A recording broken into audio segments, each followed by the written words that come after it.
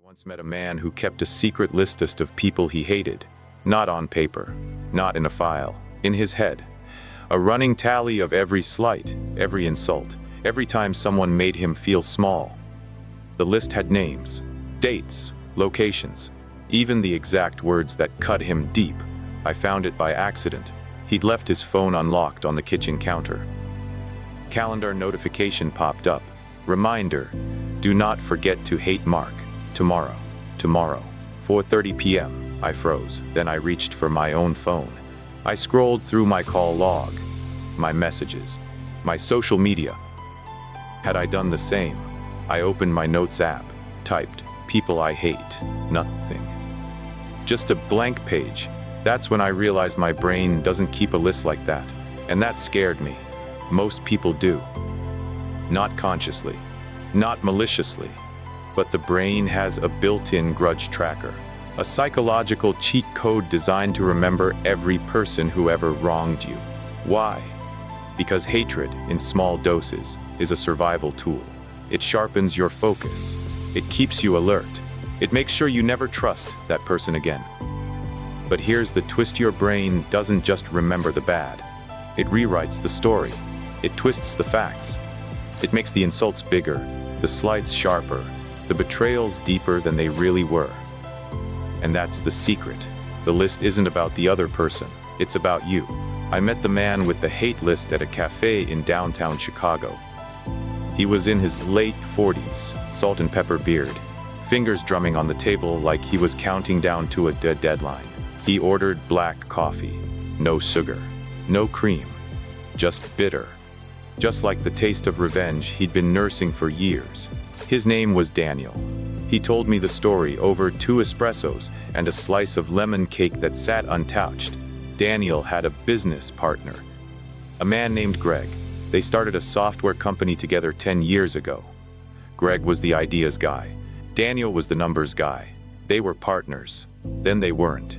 Greg left, took clients, took money, took the credit.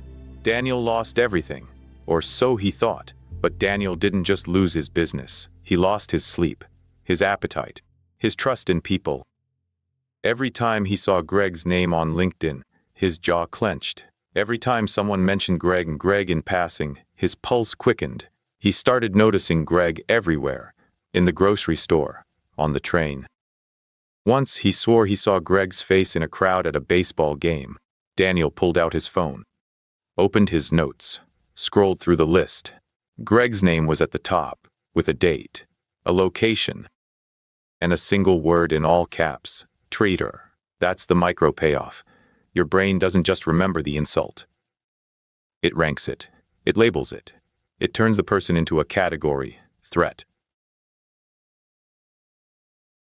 And the more you rehearse the story, the more real it becomes. Daniel wasn't just remembering Greg, he was reliving him. Every night, before bed, he'd replay the worst moments.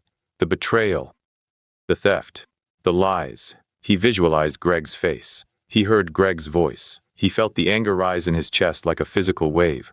And each time it got worse. The memory didn't fade. It intensified. The brain doesn't just store memories. It sculpts them. It sharpens the edges. It deepens the grooves. It turns a fleeting moment into a permanent scar. And that's the hidden logic of the hate list. It's not about the other person. It's about keeping you safe. By making sure you never forget who hurt you. But here's the catch. The hate list doesn't just protect you from the past. It warps your future. Daniel stopped trusting new partners. He second-guessed every collaboration. He saw betrayal in every handshake. He turned down opportunities because he feared the same thing would happen again. His business stagnated. His relationships frayed. His life narrowed. All because his brain had locked onto one truth. Greg was a threat. And once the brain labels someone a threat, it treats everything they do as proof, even if it isn't. I asked Daniel if he ever confronted Greg. He laughed. A bitter, hollow sound. Of course not.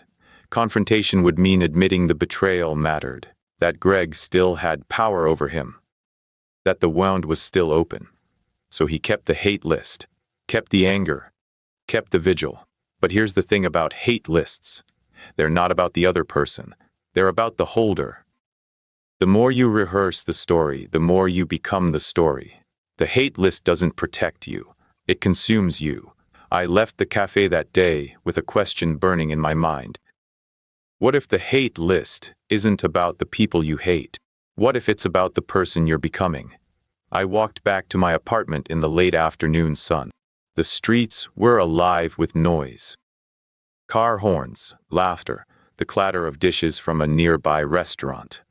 But all I could hear was the rhythm of Daniel's fingers on the table, counting down, waiting for the next reminder to hate.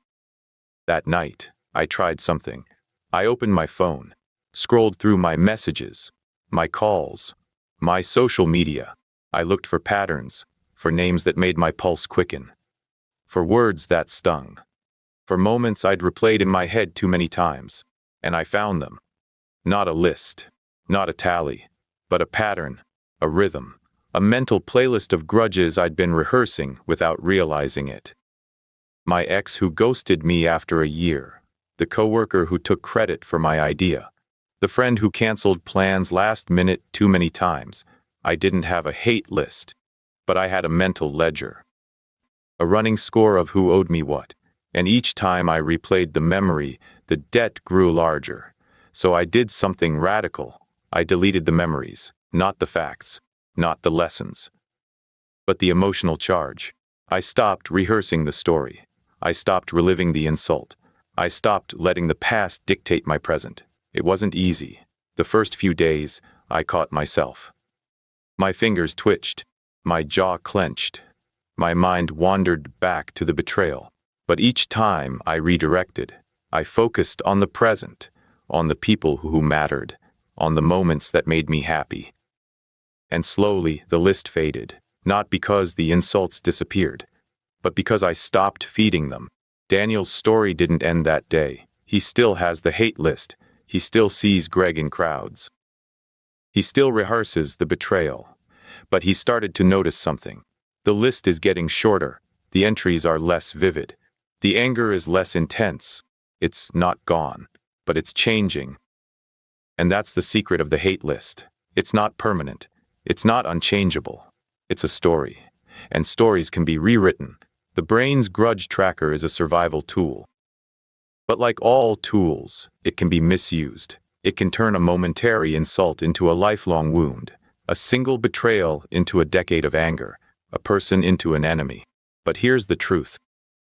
The hate list isn't about the other person. It's about you. It's about the stories you choose to rehearse, the grudges you choose to nurture, the past you choose to feed. So today, I want you to ask yourself, what's on your hate list? Not the names, not the dates, but the stories, the ones you replay in your head, the ones that make your blood boil, the ones that keep you up at night. Are they protecting you, or are they consuming you? The choice is yours.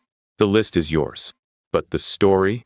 That's yours to rewrite. Start small. Pick one grudge, one insult, one moment you've rehearsed too many times. And this time, when you replay it, don't relive it. Rewrite it. Soften the edges. Reduce the charge. Make it smaller, less intense, less personal. And watch what happens. The list will shrink. The anger will fade. And you'll realize something important. The hate list wasn't protecting you. It was holding you back.